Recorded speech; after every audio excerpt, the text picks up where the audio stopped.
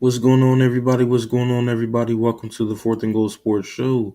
I'm your host, Stars Wilson, and today we got a good one. Today we got a great one. We're going to be talking about the recent matchup between the Oregon Ducks and the Colorado Buffaloes. Obviously, if you watch this game, you know it did not go in the Buffaloes' favor. I know a lot of people are rooting for Colorado with the resurgence of just their whole fan base just coming together to support Prime. But this matchup was nothing special for Colorado. It was anything goes for Oregon. It's just a very, very abysmal game for the Colorado Buffaloes.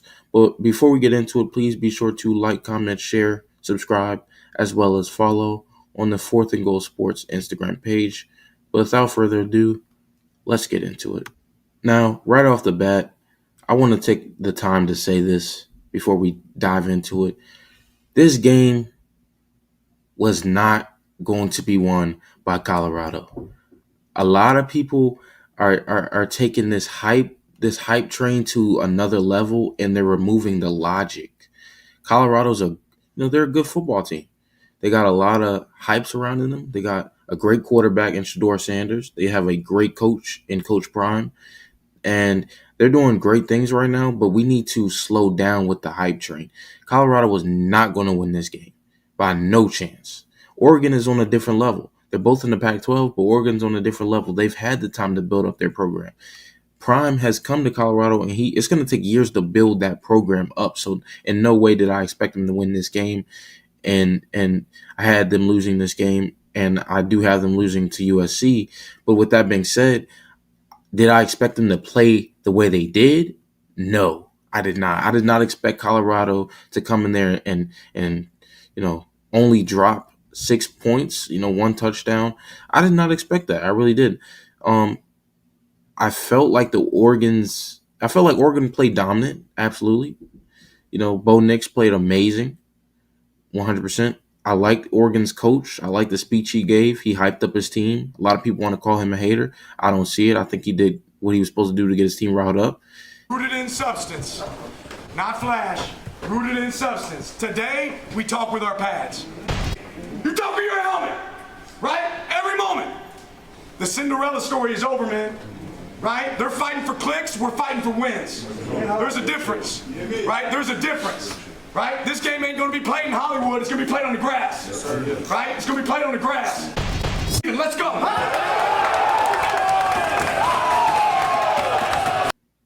Even if you say it was an even kill matchup, I would still take Oregon to win the game because of how Colorado played undisciplined. I mean, their offensive line, I'm going to just be honest, the Colorado offensive line was horrible. They were horrible, and they've been horrible. That's been one of the biggest weaknesses. I mentioned that in their very first game versus TCU. Notice, everybody talked about that game because, it was a great upset to start the season. They talk about Colorado in that game like they blew them out or something. No, it was a shootout. It went down to the very last play, and Shador, for these past 4 weeks, has been under duress because of that O-line. That O-line is not doing its job to protect Shador correctly. I think they gave up 9 sacks, if I'm not mistaken, 9 or 10 sacks against Oregon. The whole O-line. The whole O-line. I'm going to say it like this. If I'm Prime, the whole O-line's gone next year. All of them. Or some of them might be backups. But that offensive line is killing. It's killing the offensive momentum. You have too much talent on that team to score 6 points. I don't care who it is. I don't care what defense it is in this country. Whether they be the best, the worst, it don't matter. Colorado has one of the best quarterbacks in the nation. You got to score more than 6. And I put a lot of blame on that because of the offensive line. Let's get that clear. In no way do I put this game on Shador.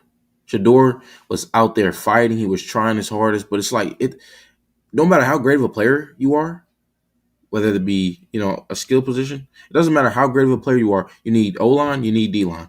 That's 2 things that Colorado was lacking. Their defense played undisciplined. They were a liability. Honestly, on defense, it looked like the only 2 players that showed up was Cameron Silman Craig and obviously Shiloh Sanders. They had some big hits, but at the end of the day, it was a big loss without Travis. It was a big loss. Do I think? Am I going to go to the extent to say if they had Travis, they would have just won the game? No chance. No chance. They still would have got blown out. But Travis, let's be honest, Travis is one of the best college football players in America. Let's call it what it is. He's one of the most talented. He's one of the best. He's one of the most athletic, if not the most athletic. I'll put, as far as athleticism, I put him up there with Marvin Harrison Jr. as well. But it's a big loss. You have him in that game. I think the score is a little bit different. Would I still have Oregon winning? Absolutely. But the score is a lot closer if Travis plays. And you're really going to need some of those other guys to step up because you have big matchups coming up. You have big matchups coming up, and the defense, it's a liability. It has been the entire season. And I've been saying that, and it's starting to show now that they play higher competition. It's starting to show. And it's going to be a big problem that they're going to have to figure out, especially with the USC game coming up soon. You're facing the reigning Heisman Trophy winner in Caleb Williams. I mean, you know what it is. It's that time. It's that time. And they're going to have to lock in. Do I think that in the USC versus Colorado game, do I think it's going to be 42-6, that type of, 42-6, that type of game? No, I don't see that happening twice. I think Colorado's going to get it together. Do I think they're going to beat USC? Not a chance. But will they get it together? I believe it. I believe they're going to get it together. I believe that this will be a bounce back game for Shador and that offense. But unfortunately, I do not see them as a defense, Colorado's defense. I don't see them standing a chance against Caleb Williams. It's going to be a tall task. So definitely I got Colorado losing that one as well.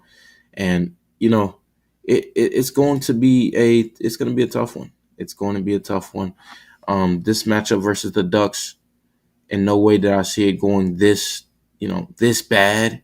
But hey, it's college football. And, I'm not going to go to the extent to say this is how, Colorado's going to play the next few weeks, but they're going to have to show something different. They're going to have to bounce back. Do I believe they can bounce back? Yes. But does that bounce back automatically mean it results in a win? Can't say that for sure. Definitely not against USC, but we're going to see them bounce back in a few weeks. Shador Sanders, people want to hate on him for this matchup. Again, this loss is not on him. This loss is not on him. He's still one of the best college football quarterbacks in the nation. In my opinion, he's still right behind Caleb Williams. And I'm going to stand on what I said. This matchup coming up will decide who wins the Heisman. I still believe that. In conclusion, I just want to say thanks for watching. I'm your host, Tyrus Wilson. This is the Fourth and Goal Sports Show. Peace.